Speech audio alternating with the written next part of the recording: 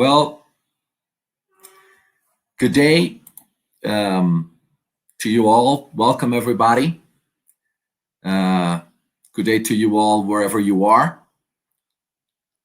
Nice to see some familiar faces joining the event from many different places.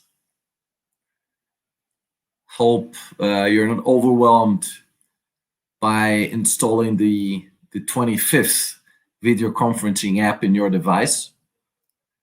According to our colleagues from China, this webinar gem is one of the finest you could find. Well, I'm delighted to host a moment like this one to talk about the job market in the post-COVID era. It's important to mention this webinar was organized by Panorama, one of the largest executive search and leadership advisory networks in the world. If you had not heard of it, please count on our members for local advice with a fine global perspective. Well, never in recent history a crisis has been so global. Never in recent history there are so many unanswered questions for so long. So the idea of this webinar is to take the opportunity to learn from China's experts about the so-spoken new normal. And this time, Harry and Jan, our colleagues based in Shanghai, you're not only a couple of hours ahead of us, but a couple of weeks ahead in dealing with this new work environment. So thank you for taking the time to share our experience with all of us. I have also the pleasure to be accompanied by some of the very best HR consultants in the world that will help me shoot questions to our friends in Shanghai. So let me start introducing them. Well, ladies first, Krista Wolochik from Talengo in Spain. Welcome, Krista. Pim Kuit from Consultive in the beautiful Amsterdam. Please wave, Kuit. Aidan Kennedy, Panorama's current chairman from Sexpan in London, UK. Welcome, Craig. Welcome, Aidan. And myself, Carlos Altona from Exec in Brazil. Unfortunately, our partners in US had unexpected matters and will not be able to attend to this event. So let's get started. May I also inform the attendees to type eventual questions whenever you like in the comment box. Questions will be directed to the speakers. However, if somebody has a specific question for any of the other members, you can add speaker's name plus the question. After the presentation is concluded, we'll have a specific Q&A session. So I'll begin with the first question to the people in China. And before you guys answer, please do not forget to introduce yourselves. So let's go. In Brazil, we have noted that companies in general moved to home office practices relatively well, but just those which provide essential products and services are still allowed to fully operate. In our opinion, leaders have been demanded to take much quicker decisions, to embrace digital and innovation in general, and to find new ways to engage customers and collaborators. So Henry and Jan, what can we learn from China's experience on this new work environment released from quarantine, especially relating to HR practices?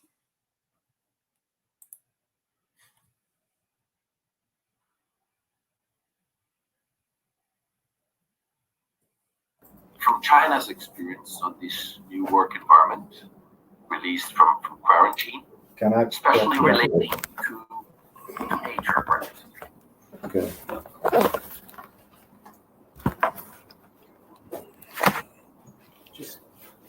Okay. From China's experience on this new work environment. Thank you, and welcome. Yes, I wanted to talk about digital readiness, and here we are with the small technical hiccup. But yes, so can you hear us now? We are taking our secondary laptop. Can you hear us well? Okay, good. Regarding the COVID-19 outbreak recovery, what we've seen with our clients that it's been discipline in management, that there has been good discipline previously, and then they quickly realized that the situation, they have made the policies and followed very detailedly every day with good instructions, not only written but also with videos. So that has been something that we've seen with our clients, that in fact the first quarter for some of the production companies in manufacturing has been fairly good. So it's been really case by case what we've seen on how the companies have been proactive and have carried through the first quarter. Jan, do you want to chip in something? No, I think that's a very fair assessment. I think what we've seen is that the companies and the businesses here have actually responded very swiftly once the country came to a standstill in terms of really putting all efforts in place to help where help was needed. But bearing in mind as well in the back that eventually they also wanted to resume their businesses. And so there's been a great level of compliance, but also a great level of agility to work through their crisis management and resilience plans. And regarding the digital readiness, there has been many apps, even on the company level, that they've been tracking the employees. So the digital readiness as such in China is on the relevant high level if we compare even to Nordic countries. Okay, well then we would like to pass through to the next question, and we have Aidan Kennedy from Saxton Bamfield from UK. So please, Aidan, go ahead. Good morning, good afternoon, good evening to everybody. And what I'll do is I'll give you a very, very quick update on some of the latest developments here, what we're seeing in terms of particularly some of our corporate clients, and perhaps just a thought or two on what we feel that means for particularly with respect to leadership over the coming period, and what's going to be sought from amongst leaders. And then I'll shift that across to my question. So I think, as many of you will be aware, there's been new advice given across in the UK from the government just at the weekend with respect to loosening the lockdown come June. The reaction to that has been pretty mixed. The information was limited and thus open to interpretation, which has led to quite a bit of confusion amongst many corporate participants. The classic example of that is with respect to oncoming quarantine rules coming into the UK, most likely come June time, where both France and Ireland were accepted, yet other countries in Europe were not. So as you might expect for many participants in the leisure industry, particularly those in travel and the airline industry, there's been quite a sharp negative reaction to how the messaging has been managed. Equal to that, just within the last half an hour, the Chancellor here has agreed to extend the furlough scheme to the end of October, which again will lighten the the human capital cost load for many businesses across the UK as well, which will allow for perhaps an even or more even glide path to recovery, but still has left businesses with much to manage in the course of the coming months. So you're looking at certainly in terms of the reactions from our clients, basically a huge fall off in any capex investment. Most businesses still investing very much in the digital space, as we've just heard in terms of the last piece. That's we're no different here. I think again, most feel they are well on their way to managing the return to on-site work within their businesses, although most anticipate some degree of challenges once that really comes into action come June. I think the bigger questions, particularly amongst those that are facing significant debt burdens or were going into this crisis, is there's significant questions amongst how all questions with respect to financing and around the capital structure. So we're expecting some quite difficult strategic conversations to be occupying the executive board tables around many of our leading players here in the UK over the course of the coming months, with all that that entails in terms of potential onward M&A, potential onward restructuring, and indeed in terms of bankruptcies and administration as well. So a very, very complex time here. And I guess my question to the group was around that, given what I've just said, I mean, corporate CFOs across the UK are witness to this frankly mounting unsustainable corporate debt burden, backdrop by obvious uncertainty around corporate performance in the course of the coming months. So, from the perspective of the CFOs, I'm interested in what changes you're seeing around CFO priorities in China as it emerges from the crisis, and what lessons that they might provide for the rest of us as you emerge from the lockdown.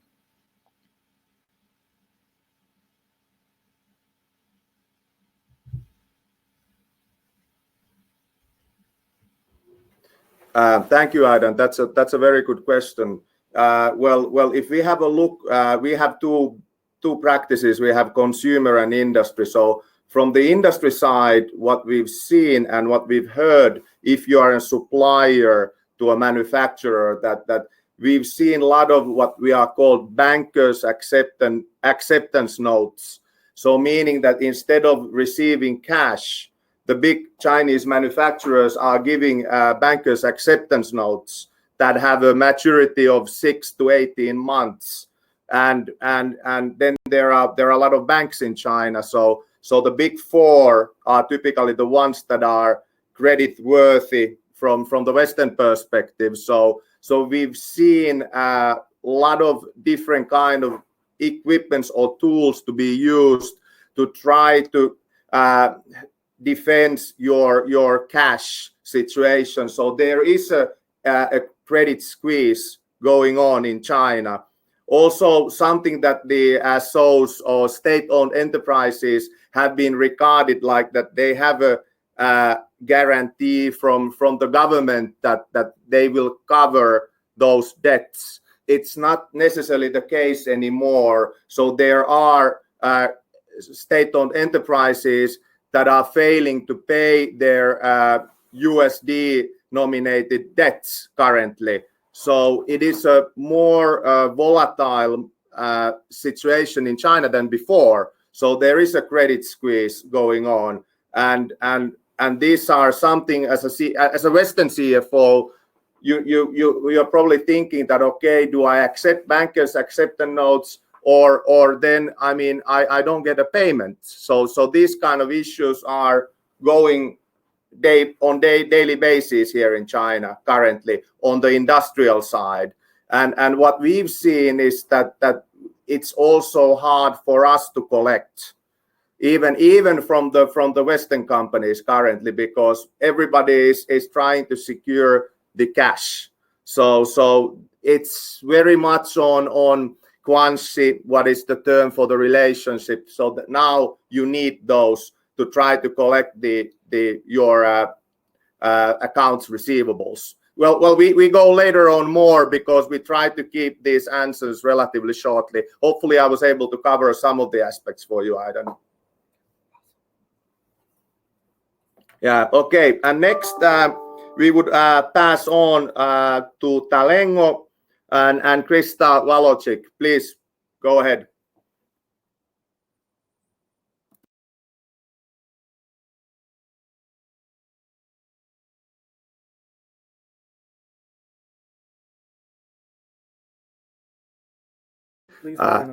Krista, please turn on the mic. We cannot hear you.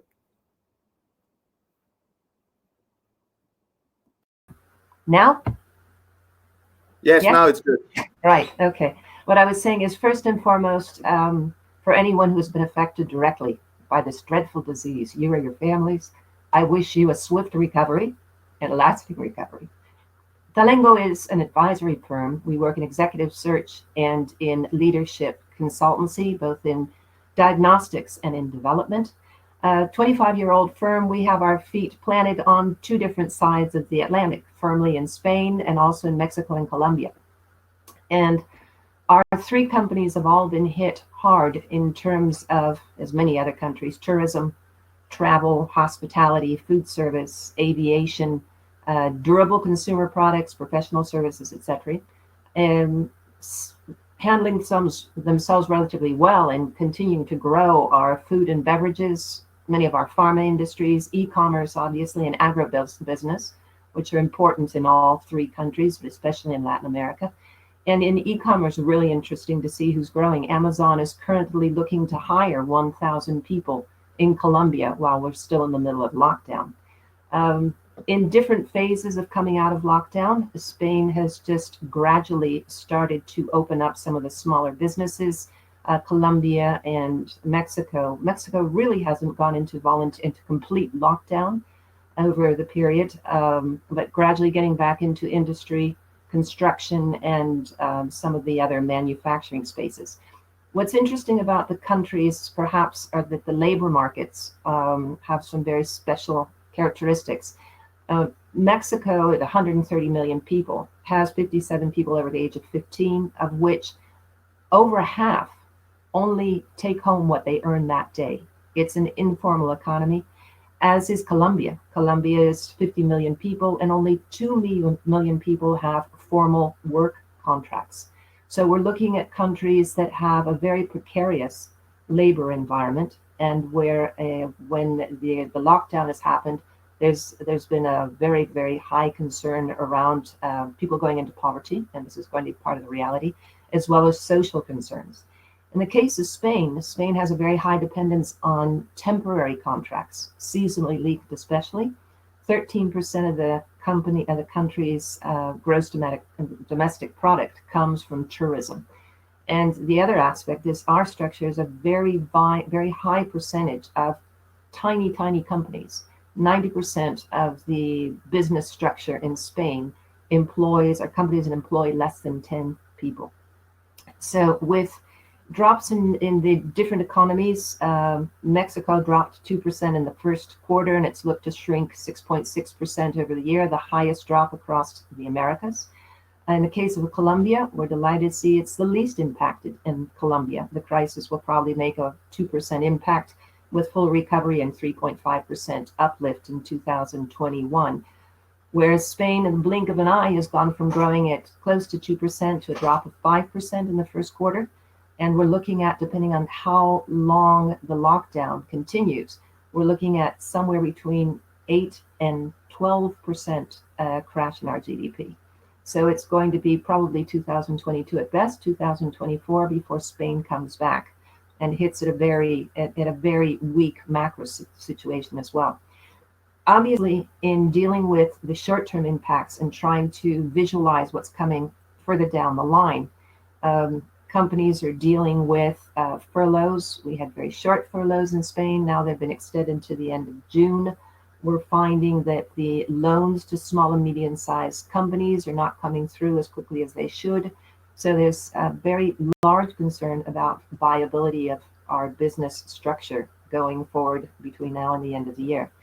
This has made obviously made for huge challenges for our leadership teams. And throughout the lockdown and what has ensued, Spain, Colombia, and Mexico, we've seen that leadership qualities of top management teams have really been tested. And they're pointing out strengths, but also gaps. What we're hearing is that driving vision through uncertainty, valuing different options and taking bold decisions, executing agile responses, learning and unlearning very quickly, and being able to engage and enthuse teams remotely are not skills that are equally divided amongst all the top leadership. So with the reality of global recession, social unrest, ongoing health threats, boards here are starting to reconsider whether they have the right leadership teams in place and profiles to take on the challenges of the immediate future. So the question for China, how has COVID-19 impacted how leaders lead in China? What lessons from the national companies, what lessons from the multinationals who operate there would be valuable for the rest of the world?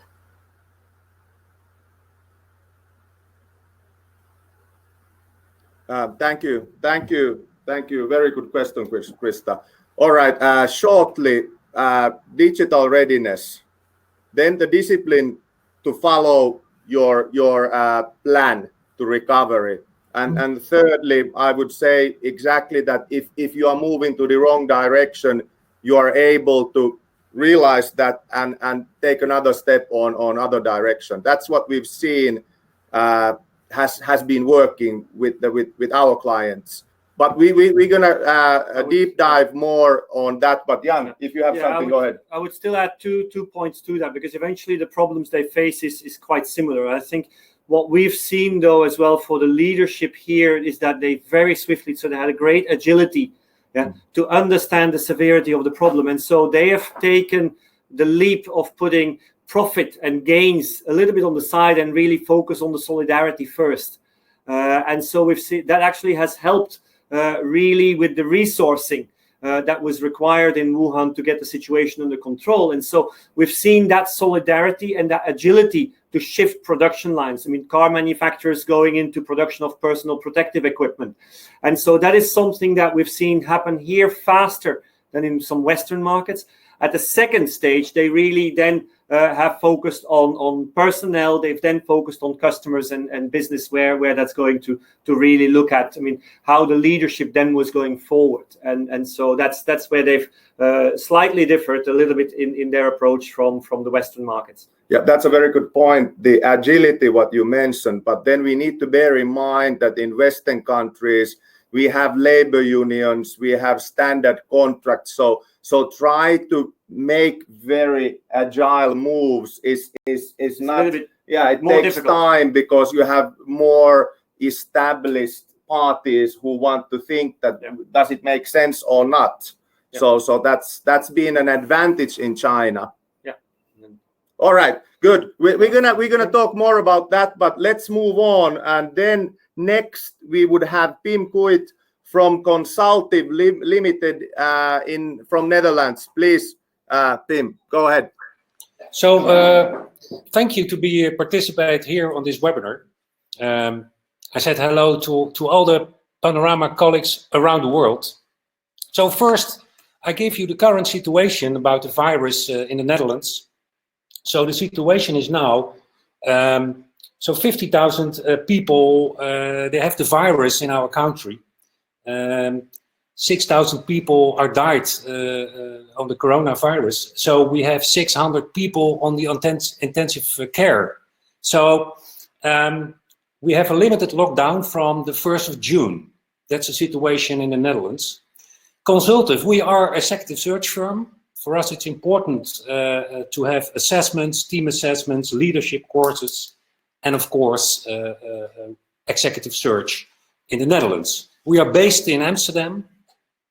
So we've made a huge mind shift the last weeks to reinvent ourselves as Consultive.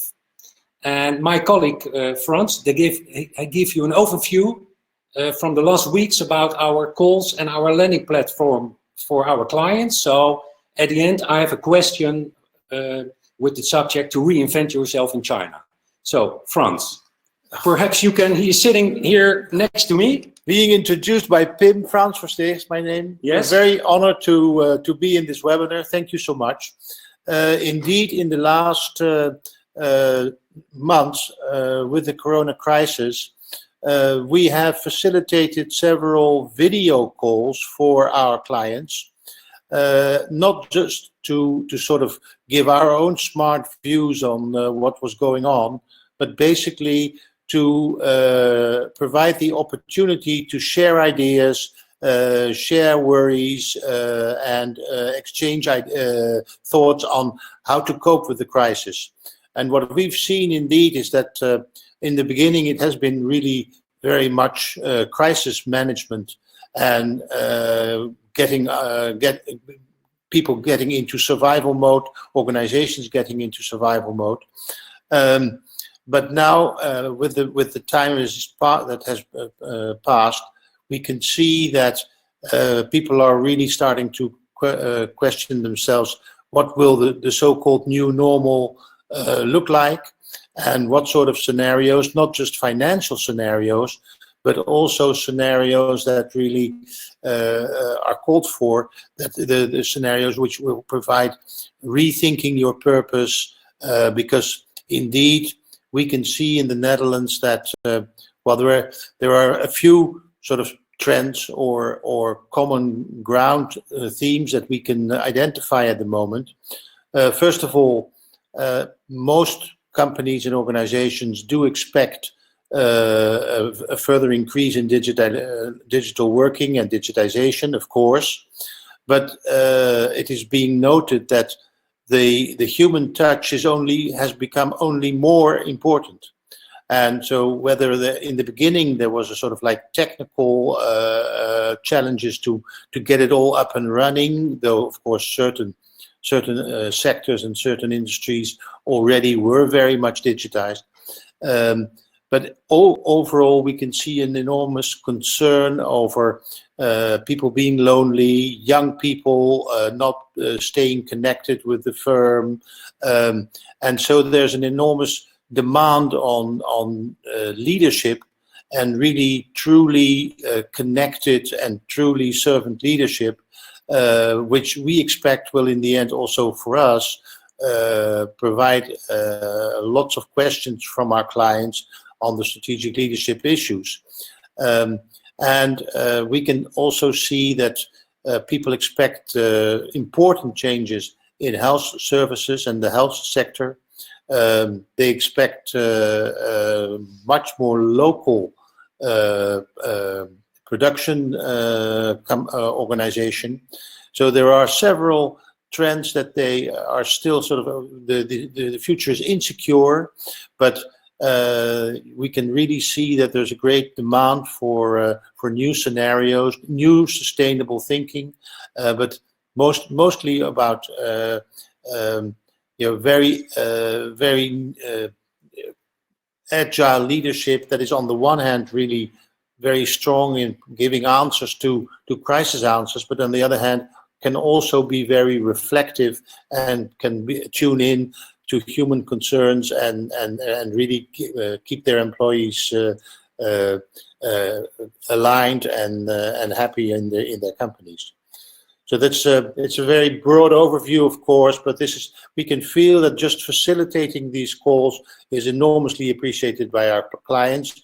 And basically, we do this with I would say, almost uncommercial, not at all commercial, no acquisition whatsoever, just sharing thoughts and just creating the environment. We're now starting to build a platform, and we feel that is highly appreciated.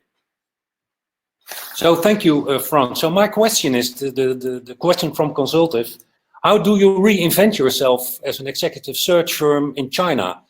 How do you bind your client now in this period? Thank you, Pim. That's an excellent question. I mean, to start with, for MPS China and MPS Finland has always stand on two legs. executive search and leadership development. And last year from August, we started a digitization process here. So we changed the ERP system. We could almost say it's a local one, works very well, and we really have high discipline on that. The information must live on the system. So the digitization stand on two legs. So we started in August. So when this really realized in China after the Chinese New Year, we had already the system in place. We used Zoom. So we had a morning meeting with the researchers, with the consultants, and then we had the closing meeting on daily basis. And in that sense, we did not lose effectiveness in that sense, because we had already the data in our ERP. So we were ready for that, and actually our team really appreciated that we did that effort on the second half of last year. Of course, we didn't know that the COVID outbreak is going to come, but MPS is strongly investing on digitization. We believe that the executive search, we don't want to lose this. We definitely want to have the network, the relationship, but we believe firmly on lean. What is lean? Lean is optimizing the throughput on any kind of business. And as a one KPI that we use is a DTP, days to placement. So we believe that by digitizing executive search, we are not trading off against quality and speed, but we are lifting up the performance. And then thirdly, of course, if you are spread throughout the industries, as some of us are, we are not so well in China. So then you have industries that are performing better, and you can target your resources on that area. So I don't think this is anything out of the box, but this has been still, if we have a look, our performance has been working relatively well. Hopefully it answered your question. Do you want to pitch in something? We'll still touch base on that in the presentation, I mean, eventually. So yeah. Good. All right. Thank you. So now we have had the introductions of the Panorama countries, and now we're going to start our presentation. Just a moment, because we are using the secondary computer. So from here, share screen. Application window. It's not here. So we need to. No. Now it's here. No, it was slides. Let's go from here. So from here. Just a moment, because we do have a technical issue here, and then we are using the secondary computer. Why I don't? Now you need to go to there. If I put this one smaller. Okay, now I got it. Now it's there, and share. Then we need to get it. How do we get it? As a back and maximize it. Yeah, maximize it. And here and play. Right. Yeah. Oh, these are the questions. You have to open the other one. Open the other one. These are the questions. This one. Yeah. Yeah. And play. Can you check if he's sharing the right screen? Yeah. Can you see the presentation? Can you ask Kado to open the microphone? No, but Yeah, you're sharing. Yeah, but can they hear us? ask Kado to reply to your question. Kado, can you reply if you can see the screen and hear us properly?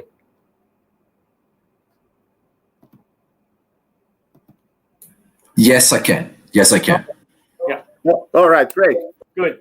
So then let's start. Okay, so a short presentation about myself and MPS China. So as referring to the PIM's question about MPS China, we have two businesses: executive search and leadership development. And before joining MPS China, I worked 12 years as a managing director for Etola China. So my background is very industrial. And after selling the business third quarter 2016, on the summer 2017, I moved to Finland. I worked 2 years as a business director in Helsinki-Vantaa Airport for Finnair, and then I started in August 2019, and that was when I was referring on some of the initiative that we want to do here in China: digitization, leaning the processes, and actually also improving the customer satisfaction with better processes and more digitized approach. So as of today, as a leader of MPS China, from the leadership development side, we are putting a lot of effort on the assessments. So whenever we start leadership development, we are using different kind of assessments: OPQs, G+, 360, and then what we really want to do is that we build up a baseline, and then we build up a transition process. So that's what we do here in MPS China very shortly. And then as for myself, I've come from a very strong client background, but have been based here in China since 2004. I founded White Caviar as a market research-based consultancy, helping brands here across a variety of sectors succeed in the market. So that in a very brief nutshell about my background. We'll share this deck afterwards as well, so you'll have a chance to read up more on who we are and what we do. What I wanted to do is really look at the first quarter in this year, and I think everybody knows the situation, but just a very quick recap of what we've seen is happening in the market to eventually then project on what the changes that we've seen here, how that's going to impact the future of the job market. And then time pending, we can see whether we jump forward a little bit from a consumer people perspective on what we can expect in the next 3 years. Yeah. So if we look at the first quarter here, I mean, how I want to do this is really look at a snapshot of a number of sectors and industries and see how they've been performing or how we feel they will be performing moving forward in the future. And by doing this, we've looked at, I mean, first on the horizontal axis, what is the impact actually of the coronavirus on the sector and on the industry, and then actually make a projection a little bit of who's going to be hit for longer or shorter term. And so what you see here... You share the screen. You're sharing the wrong screen. Huh? You're sharing the wrong screen. Can you share this screen? How to... You can ask Kado that you're sharing the right screen. Kado, I mean, could you check... I think there is a little bit of a delay what we've just been told in terms of the screen that we're sharing. Everybody should see the slide or should see the screen with who takes the heat and who takes the chance. okay. So is it Kado who wants to change the slides? Can you reshare this presentation? Yeah.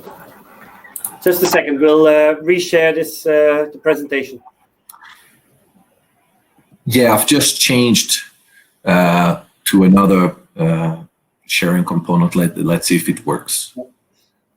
Play. Yeah, what if they try to switch off their videos?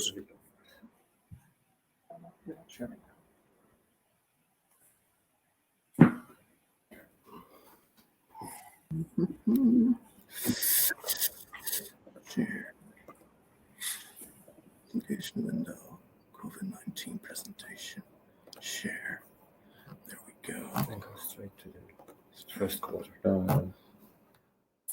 Yeah, now it's working perfectly. This is right. Okay. Okay. Great. Apologies for the technical issues. So what we try to do here is we looked, as I said, at a couple of industries and a couple of sectors where we feel they're going to be impacted. They're very easy to talk about as well because we see a lot of movement in the market. And I'm calling out a few here where you look, for instance, on the left side, you see retail, brick and mortar, heavily impacted because of the quarantines, because of the stay-home orders. But if you look on the right-hand side, you see that online contactless retail really has been booming here. If you look at, for instance, international travel really coming to a standstill because so many countries have now got a travel ban implemented. If you look at domestic travel, though, we see here in China that we're at the phase where domestic travel starts to pick up again. And so I think interesting to see here the nuances in certain sectors, like freight, logistics, really global, international, very big impact. If you look at proximity delivery services more on the right, we've seen that there's been very big demand on this. Here, if I may chip in, Jan, what is your perspective on if the hard part here is really that when we talk about retail, so we can have a look at some of the well-known names, so they are performing very differently. So Yeah. Would that be fair to say that companies that have put digital readiness or to be digital as a high priority already year or two before and built up that systematically are faring better in any of the industries? So that instead of just talking vaguely on industry, we really need to have a look within the companies that what have been the strategic priorities.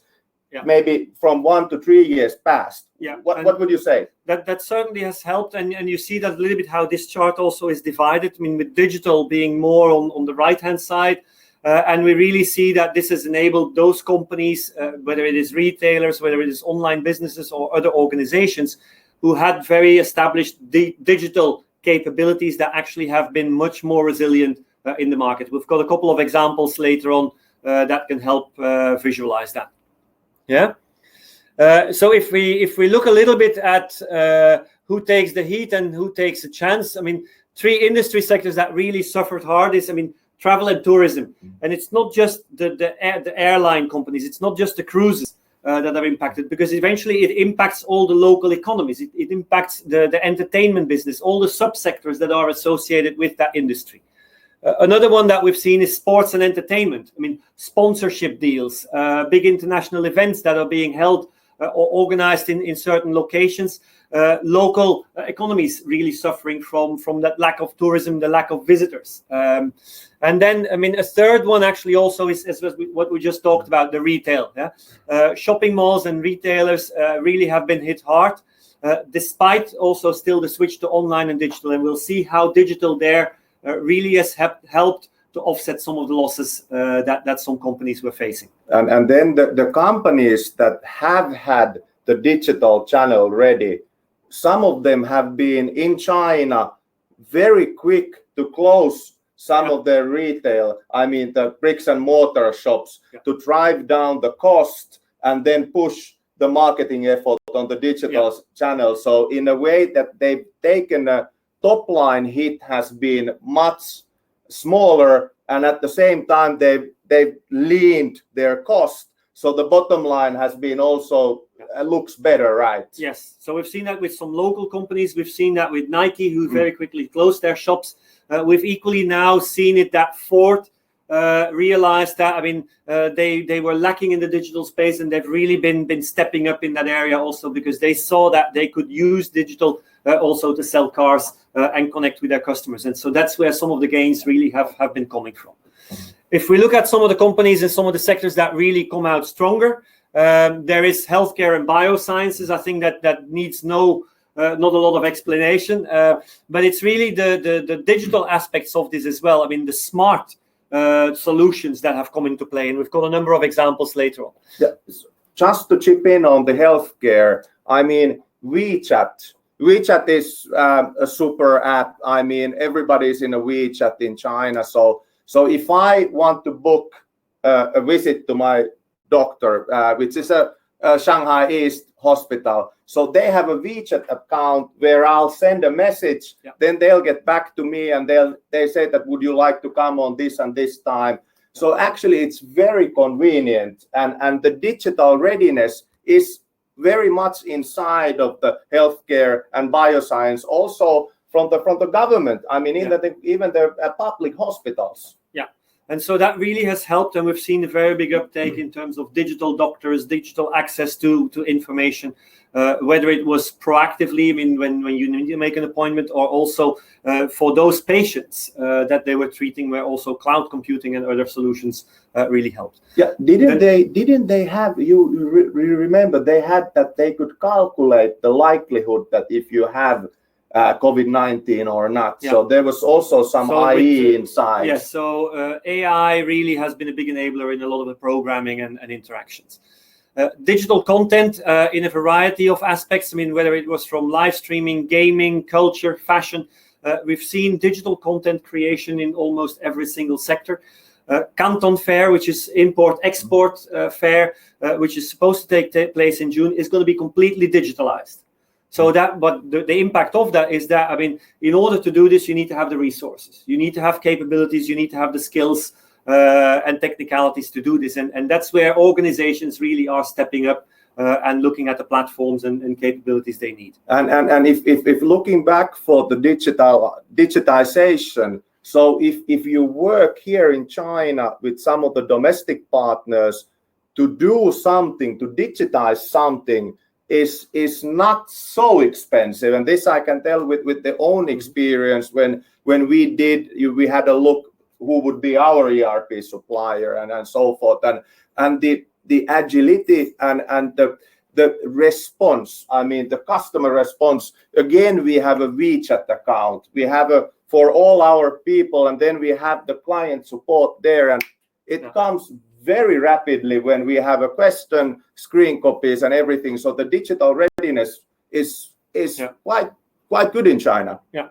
And then the last one is AI smart technology. I mean, there's plenty of examples that we've seen here in the market. I mean, technology coming to use of the fight in the epidemic in a variety of forms. We've got a number of examples here as well. I mean, taking a leap. So contactless connections, very big concept here in the area of healthcare. Through the app, as you mentioned, for making appointments, through interaction with doctors remotely, stethoscopes, electrocardiograms have been delivered and developed in very short time. Other examples here on content creation, whether it is yoga classes, whether it's karaoke, nightclubs really trying to recover some of the losses by getting the DJs go virtual, or I mean, cultural contact, something that we see also in Europe, in other parts of the world, where musea have put much more content online. And then from a technology, I mean, the smart code, the green code, as Henry will show, I mean, this is giving us access to living compounds, to, I mean, office buildings here in China with a very simple algorithm in answering a couple of questions. I mean, we get an input on our freedom of mobility or whether we should stay in isolation. And then, sorry, to chip in a little bit, once again, to build up this kind of app where you get the green code based on where I have been it's tougher with the GDPR, for example, in Europe. It is. So you need to get so many different stakeholders to approve that this is okay. Yeah. Whereas in China, we were able to. Easier. The process was easier in some of that respect. And so a couple of other examples here as well. If we look now in terms of what this all means, I mean, with that flavor that we've been giving here, that digital has been very important. What has really happened with the job market here in China is that, I mean, we've equally seen millions of job losses. I mean, we're not putting an exact number on that, but we'll see later on how the extent of that was. But the reduced order books really led to losses of leading companies laying off thousands of workers. We've seen big shifts at a senior level. I mean, very often in MNCs, I mean, overseas assignments that were terminated, which could impact the diversity of the work culture here in China. We've also seen a shortfall on the operational level, and I think some of the other speakers have also elaborated on that. The low-income workers, they've equally been hit hard.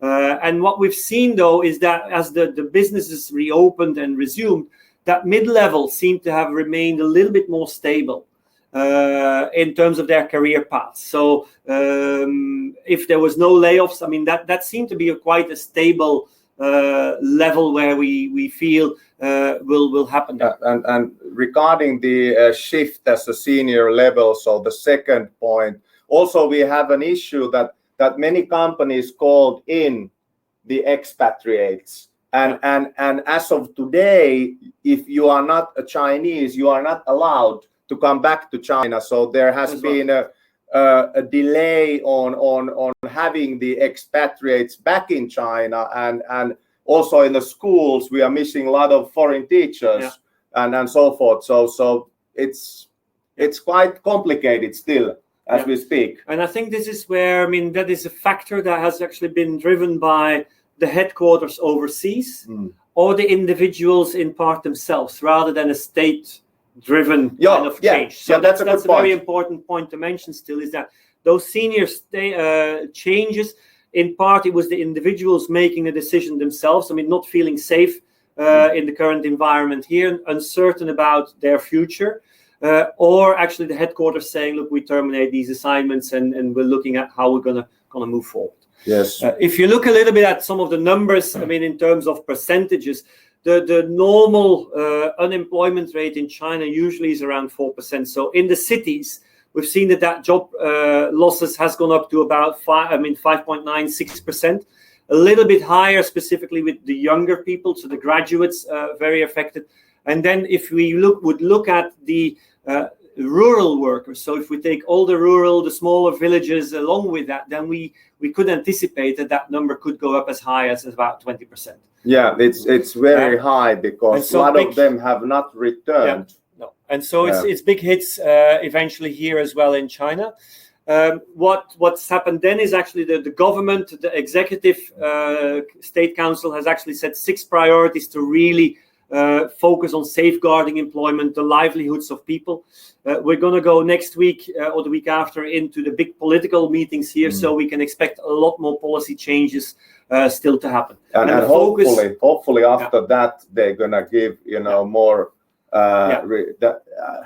Let's say stop the restrictions as if you have a residence permit and working license for the foreigners to come back to China. Exactly. At least that has been a lot of speculation that would happen in June after that meeting. Now, measures that we have seen already, I mean, measures that have companies taken to cope with the difficulties is the tax relief for small businesses, because they were hard hit as well. Extending the loss carry forward period from 5 years to 8 years, so quite extensive extensions. The provision of large amounts of money also for the smaller, low cost or smaller businesses. And then actually also that deference of over 1 trillion yuan of principal of interest payments for more than 1 million of smaller businesses. I think very important here, one of the differences that we've seen with the West and here in China is that in a lot of cases, we felt that the stimulus package was coming after the businesses had resumed. So what happened is that the government got a very good sense of which industries were hit hard, had a very good sense of which regions in the country were more affected than others. And that's how they actually are allocating now the support packages, the stimulus programs for industries, for regions that they actually see based on the impact, versus what we see sometimes in Europe and in the US, where a lot of stimulus packages are already in place, but maybe without having that full assessment yet of where the need is the highest in terms of having a good allocation. So that's one of the differences, one of the nuances that we feel is coming through here. And something else maybe that the interest rates in China are relatively high if we compared to nowadays also to US, because US is closing to zero. So if you go and loan money, the lowest what you can get in China for RMB is about 5%. So there has been a lot of speculations that PBOC would lower the basis levels so that the loaning money would be more affordable, let's say, for all the businesses in China. Yeah, but again, that is coming gradually, and I think if you look at the stimulus that has been allocated already in China, it's only a fraction of what we saw in the economic crisis of 2008.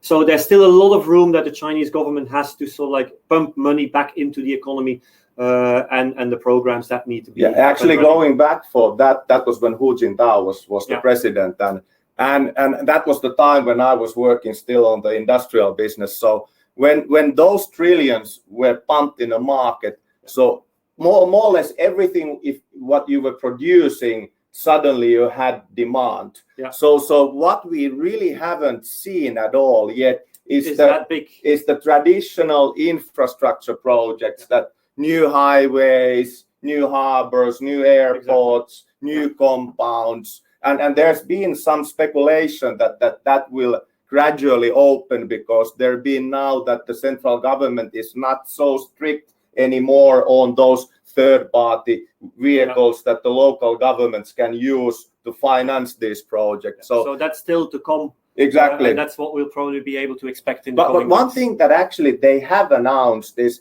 very interesting on the digitization.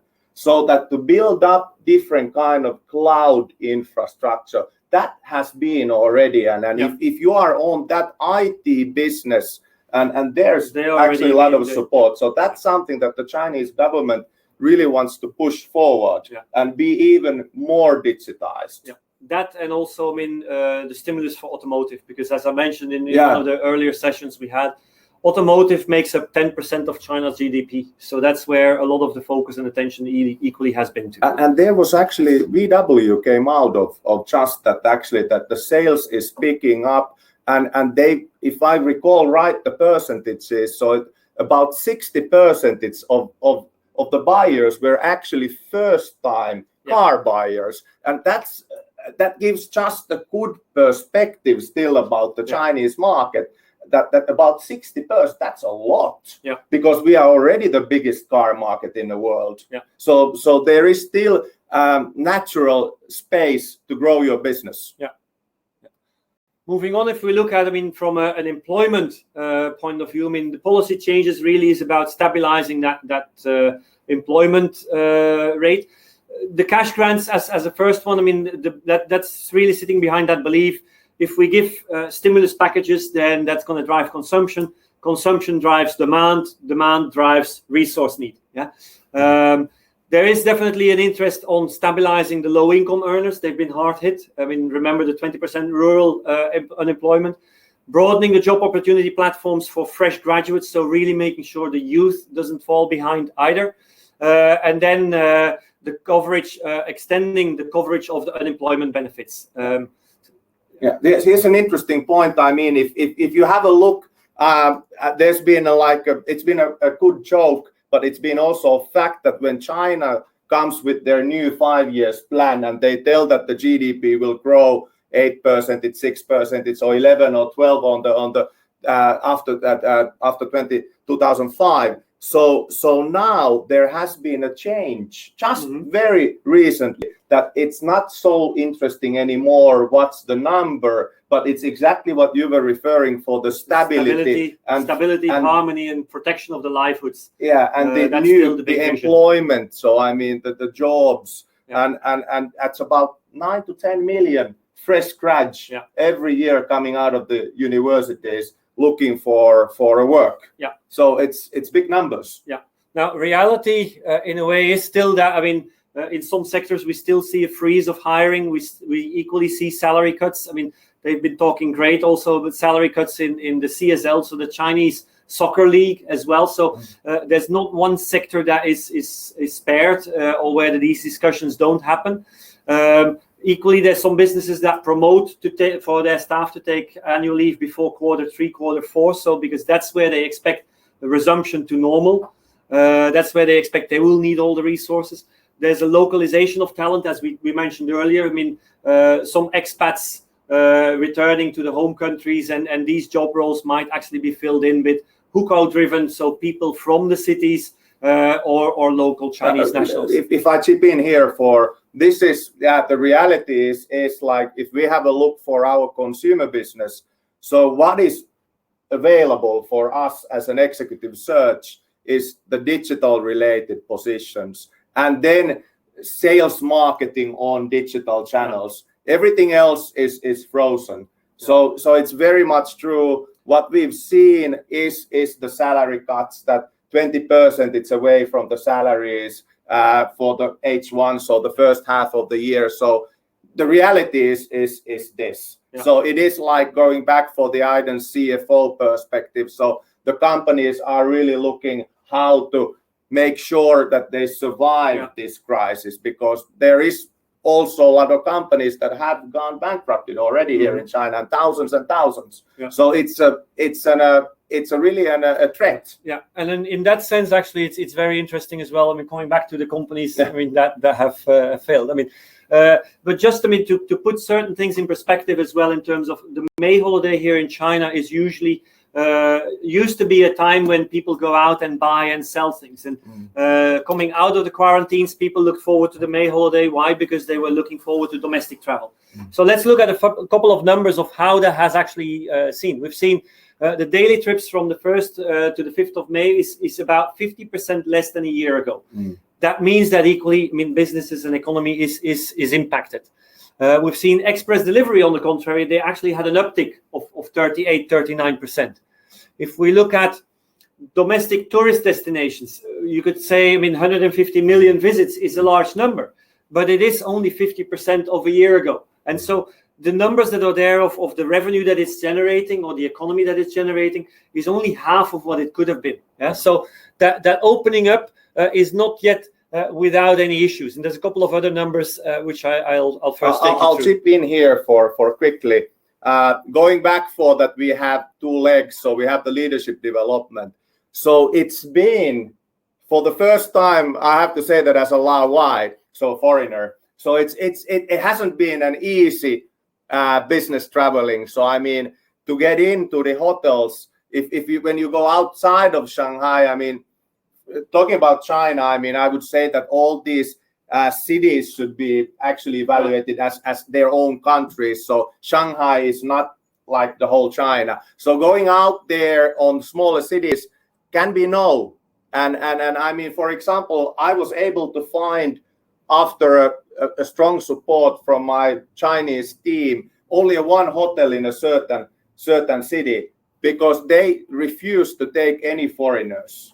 And so there are some issues that do complicate business traveling for us currently. And it's also sometimes tough, because to go Suzhou, I showed you currently the health code, but in Suzhou you need to have a different local. Yeah, you need to have that province health code. But it's tough, but it's still doable. Yeah. But it takes a little bit time and an idea how to maneuver through this. Yeah, but that's also that note of caution. And you see here, I mean, 80% of the tourist attractions only allow up to 30% of the maximum capacity. So the country has opened up, but it does so still cautiously, and it still doesn't mean that the economy is back up to 100%.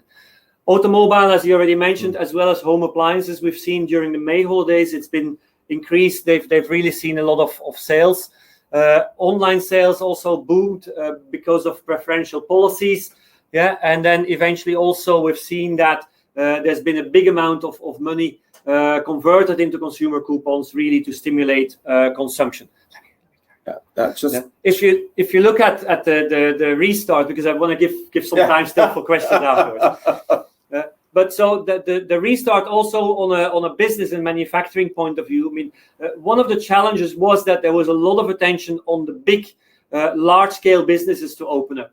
And so they had been given priority, where you see, I mean, actually at the end of March, about 100% of large-scale businesses had resumed, but only about 75% of smaller and medium enterprises had resumed. And that made that if larger companies were reliant on smaller businesses for their supplies, that caused a disharmony in terms of how their supply chain was working. Here's a very good example. I mean, that has been in a lot of news. I mean, Tesla was able to produce their cars. They're producing number 3 here. It's selling quite well, actually. So they were able to produce their cars immediately after the Chinese New Year, and the Shanghai government came and they said that we will provide you all the support that you need, that you get your mega factory up and running. And then just to have a reflection on what is going on in US currently. So there's been quite a lot of discussion that Elon Musk is going there on the production line because they are not allowed to open. So here is sometimes I have to say the Chinese government is actually pro-business. When they believe that your business model is something that they want, that is something that they see that there's a good future and there's something that they want to really support. So then they truly do support also. Yeah. So there's really been enabling as well, and you see that also. I mean, the attraction still for foreign investment and so on. So in that sense, there's been really good impact. And then there's another good example also in paper. UPM in Jiangsu, the similar way they've been able to produce throughout even the Chinese New Year. They were working. So it really depends on the bigger companies do have a better leeway with the government, and with the smaller companies, when we talk, we've seen a lot of components they are not able to open because the local governments really don't want to take the risk, because sometimes the advantage of bigger companies is that what we discussed, that they do have the occupational health and security policies in place, and they have the resources to get the face mask, have the fever check, build up the videos, and make sure that the policies are followed through. Yeah. The last point on this slide, which I want to make as well, because that is equally important to know, is when you think about supply chain. I mean, for Chinese companies that were depending on supplies from overseas. Yeah, I mean, for instance, automotive being one of them, where parts were coming from Japan, from South Korea, from Europe, the US. Those businesses also have been slower into restarting. And what's happening now is, because then the cost of logistics and transportation equally has increased, is that they're looking now more for domestic alternatives. So again, this is where resources for new supply chains are going to become very important, and they might lead to new industries being set up here, that might lead to new roles and functions being required. Some examples of the roles that we expect would be emerging is there's obviously the digital fields. I think we've talked a lot about this. Really, applications of smart technologies, startups, R&Ds, definitely something that we'll see. Proximity logistics. Given the fact that, I mean, online sales really keep growing here and has really enabled people to keep their lives in a normal way throughout this crisis, proximity logistics really has seen a big uptick. They've been taking in resources from, for instance, hotel industry, entertainment businesses to cope with that increased demand. It's definitely going to be some jobs that will remain to cope with that increased capacity. And here's a good reflection of Amazon. I mean, this is kind of a similar idea of that really the online business is driving forward. And then in China, we have a lot of these services that we get all the packages very quickly, very conveniently, even during the COVID-19. I mean, for example, in the compound that I live, the security built up a small VMI, vendor managed inventory, and everybody put them on the main gate. There were shelves, and then they put the gate number, and then you were able to find it from there. And it actually, there's been a lot of good spirit to work together in throughout all the job levels and make this recovery to be as quick as possible in China. And interestingly is that was also one of the sectors where you had a JD.com, where you had an Alibaba, very quickly realizing that they needed the extra capacity, very quickly seeing and identifying that there was a lot of people losing their jobs in other sectors, and actually coming to a compromise. So really having flexible resource allocation, be it temporary, be it permanently, to deal with that capacity. Then, I mean, there's also going to be some new roles, because we see that there's, I mean, cloud beauty advisors. There's certain businesses that have shifted more to selling online in businesses where they really did not have anyone in those roles yet. they took a leap of faith, equally for the people there. And we see that is one of these job roles that might stay. There is definitely going to be other roles as well that are going to be arising and coming out of this. So in terms of talent, I mean, there's certain roles that will be added to existing companies, or there might be companies who are shifting much more to digital or other means. So we expect a number of new roles to last beyond the crisis. Some examples here that I'm very quickly going to go through here. Zalando versus H&M. I think the numbers here say it as well, where one is online, one was less online. Yeah. You see this, and I'm going through very quickly here. I mean, Nike, we talked about this earlier, really accelerating their sales through the apps and their website. An approach also like Leaning. They actually look much more positive in their approach moving forward from a strategy development, as they're focusing on exploring much more online opportunities. Compared to Anta, I mean, Leaning actually has a much more positive outlook for the year than Anta. Exactly, and exactly focusing on the online and then having a quite lean look at the cost control. The Canton Fair, as I mentioned, I mean, there's going to be around-the-clock online services for product innovation, promotion, matchmaking, business negotiations, cross-border e-commerce zones, 24/7 live streams. What this means is that you need to have the resources, you need to have the capabilities to enable that. And so this is, again, a source of resources where China can move fast in terms of making this possible. Smart sourcing and supply distribution. This is where if one might be, small shops might be closing. Big players like JD.com here actually made sure that when they were in need of supplies, they looked at the shops closer to you. They looked at the smaller shops first to start to source it, so that actually it was a win-win situation. Lateral transshipments in the inventory. Exactly. And then the agile resource planning, as I mentioned before, so the express hiring, agile thinking on resource allocation. Yeah. All right. Yeah. So this is some other examples. Let's stay here for a while. I mean, this is really a good example on something that is totally new.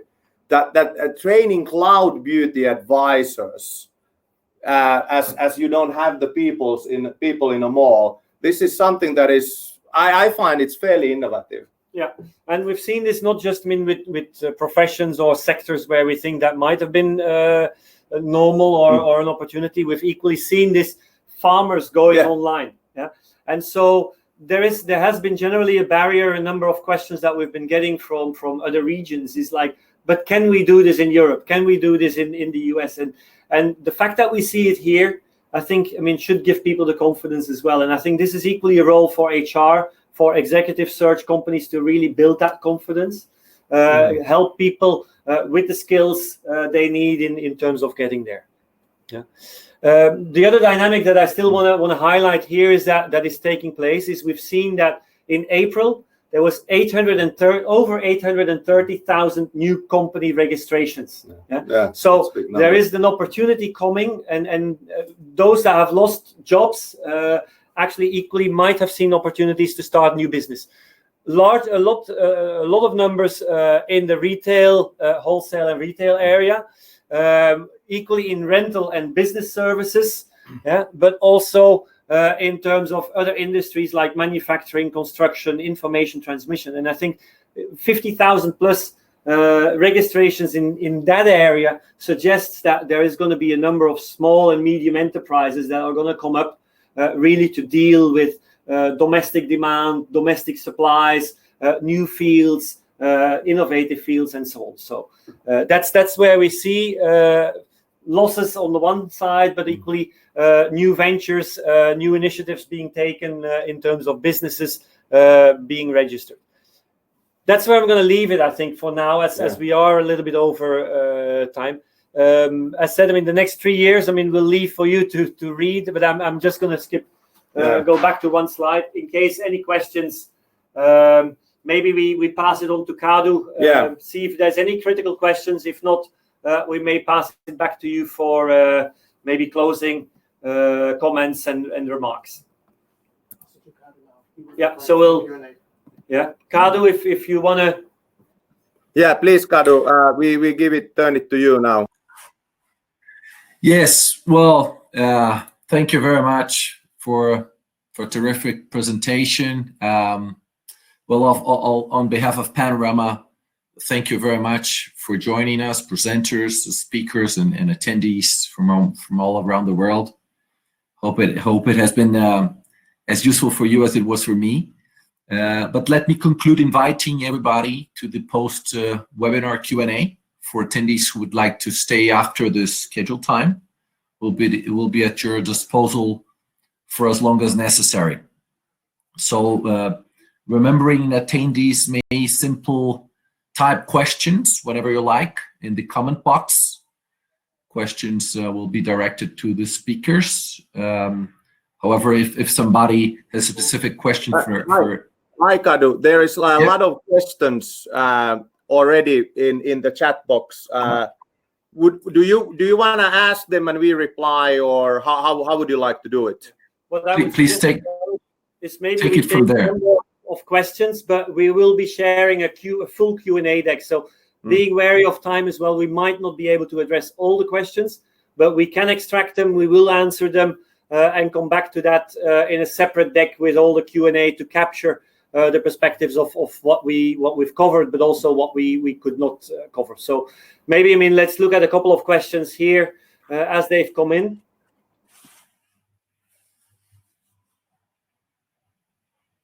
Well, maybe we do so that I'll read them from here. Yeah. All right. Yeah. First one is thank you very much for the presentation.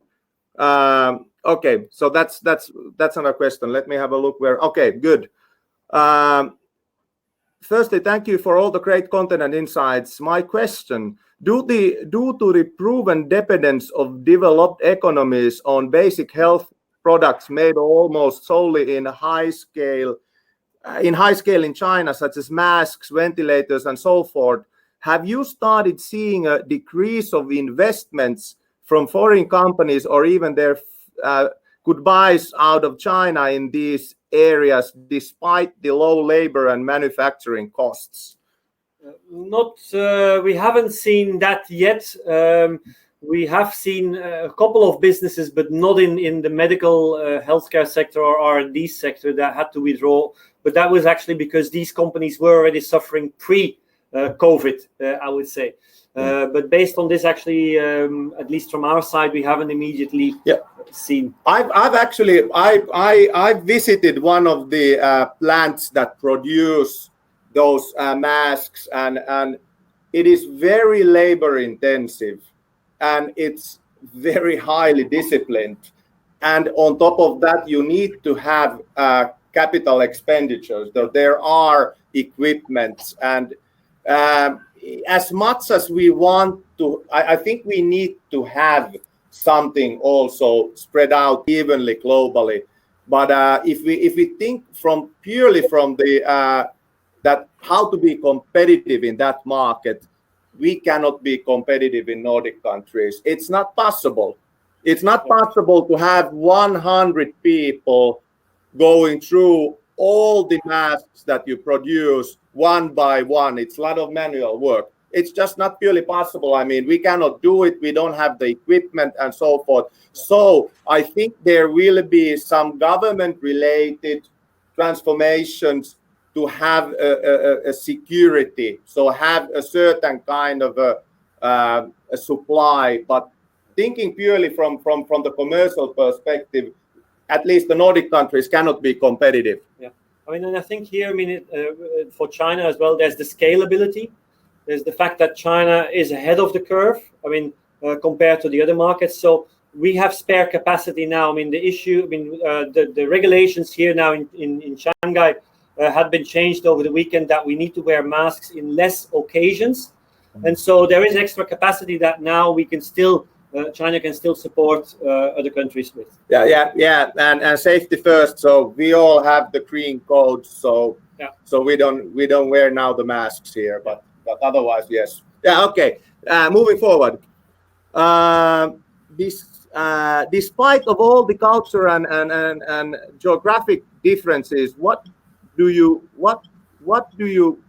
be the big takeaway the small and medium organizations would take from China's reopening experience so far? SMEs. I think it's from an SME point of view, small and medium enterprises.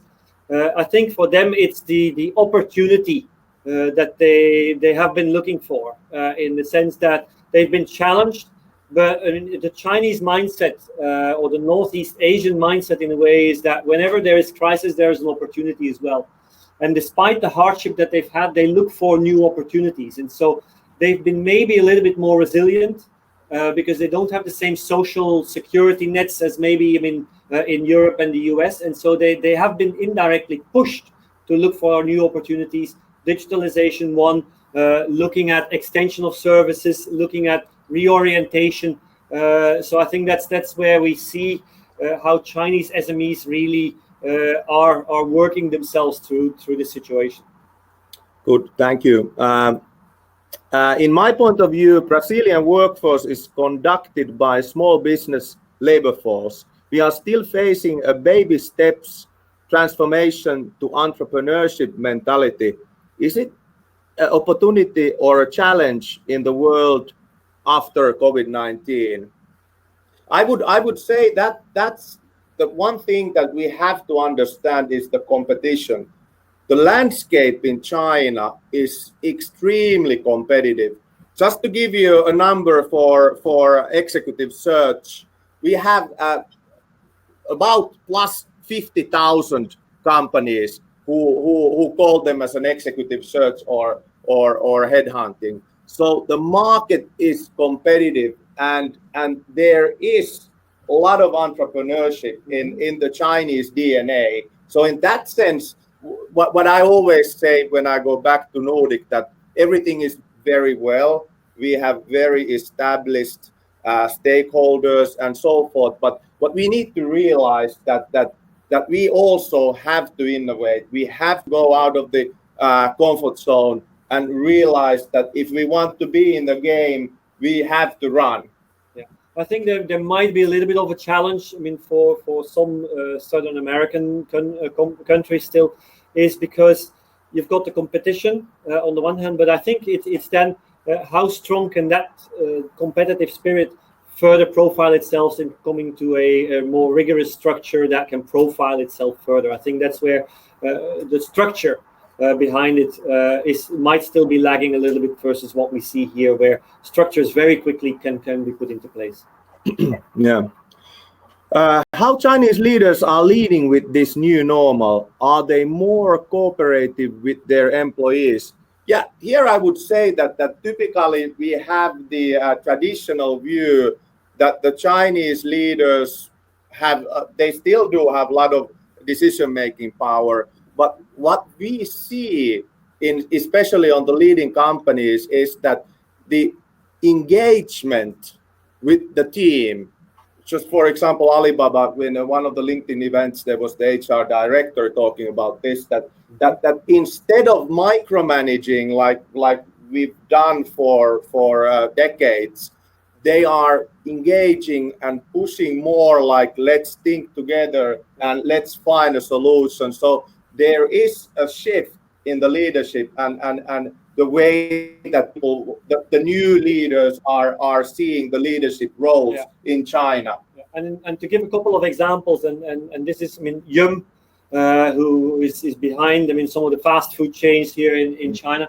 I mean, they say, I mean, this is a time of hardship, and so they've been passing out free meals. They've been making compromises, and this is really directed from CEO level. Another example here, which I felt was very interesting as well. Over the May holiday, the CEO of Gree Electronics, in 30 minutes, I mean, she actually, as a CEO, went online, selling for 100 million yuan of air conditioners. And so they equally take it to heart. They say that they show that they're not above everybody else. They're part of the challenges and the struggles that everybody faces. And so we've seen this solidarity, this understanding coming through, and actually a joint push without actually stepping out of their roles, but showing that we need to be showing the solidarity. We need to be working together to get through this. So that's one of the big learnings that we see here, is that they've really created that spirit of the togetherness, the tough time solidarity coming forward. Yeah, I think that has been here all the time. I mean, that the successful Chinese leaders, they have always walked the talk, and they've been in front of the people, leading in front, as we always prefer to say. So I mean, for example, in industrial businesses, I always remember my best client, and that's about 500 million euro business that Chinese leader leads, and he personally went to the coal mine, because that was a business where they sell gearboxes to coal mine. He was there with the hard hat on and saying, there we go. So there is that in and it's always been there. Okay. Let's take 2 more questions and then... Okay, 2 more questions. All right, I'm just going for first come first served. Once all digital ways to go will certainly be on top of everything, in your point of view, and thinking about the new executive new profile fit for the new reality, what would be the key skill to be successful? Well, to answer for this, first of all, what has been a lack in a Chinese market is that we haven't really seen so much applying the assessments. And that is something that we are really pushing forward, because you can do them online. We are building a new office here, which is a digital space. So it will also be an assessment center. So if you want to have more security, we check the ID, and it's like bring your own MacBook, and then they do it in our facilities. Assessments is something that what are the natural drivers? So are you really a person that has those traits that really want to be a digital person? So that's a thing that we highly always suggest to our clients, that let's take a data-driven approach and let's have the assessments done so that we get the full picture. Yeah. Good. One more. And final question. Final question. Have you seen any specific action to support non-for-profit or social organizations in China, and how these organizations are dealing with this unprecedented challenge to continue serving their purpose? I think we've seen a lot of those organizations at the front line. I mean, whether it was from providing supplies, whether it was from other support locally in different municipalities. In a way, I think there's been a large number of unconditional support that they've been showing, and that's typical for the Northeast Asian culture again as well, in these kind of situations where they put the common benefit in front of personal benefit.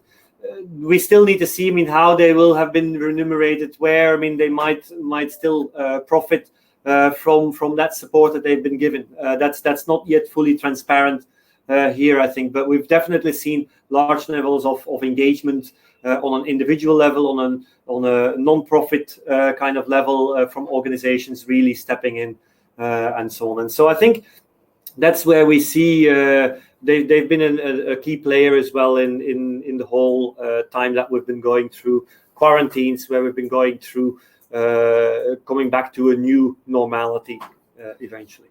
Not sure if that fully answers the question, but that's at least what we see to date. I mean, we'll need to see in terms of how that is impacting there. But then again, I mean, they build a lot on solidarity, on donations and other aspects as well.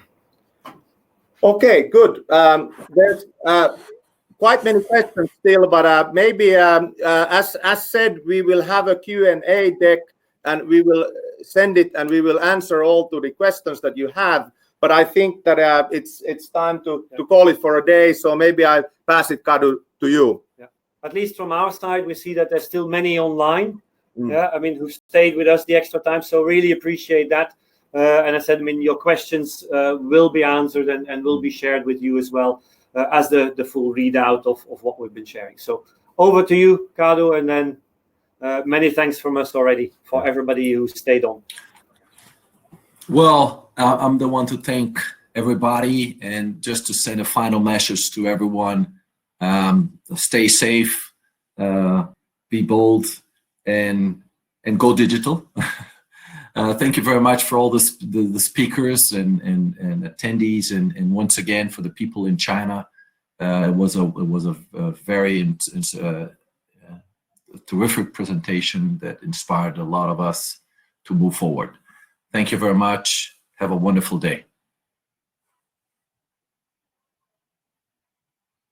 Yeah, thank you for all of you and for your time, and thank you and well, have a good day and good night from Shanghai. Okay, thank you. Bye-bye. Bye-bye.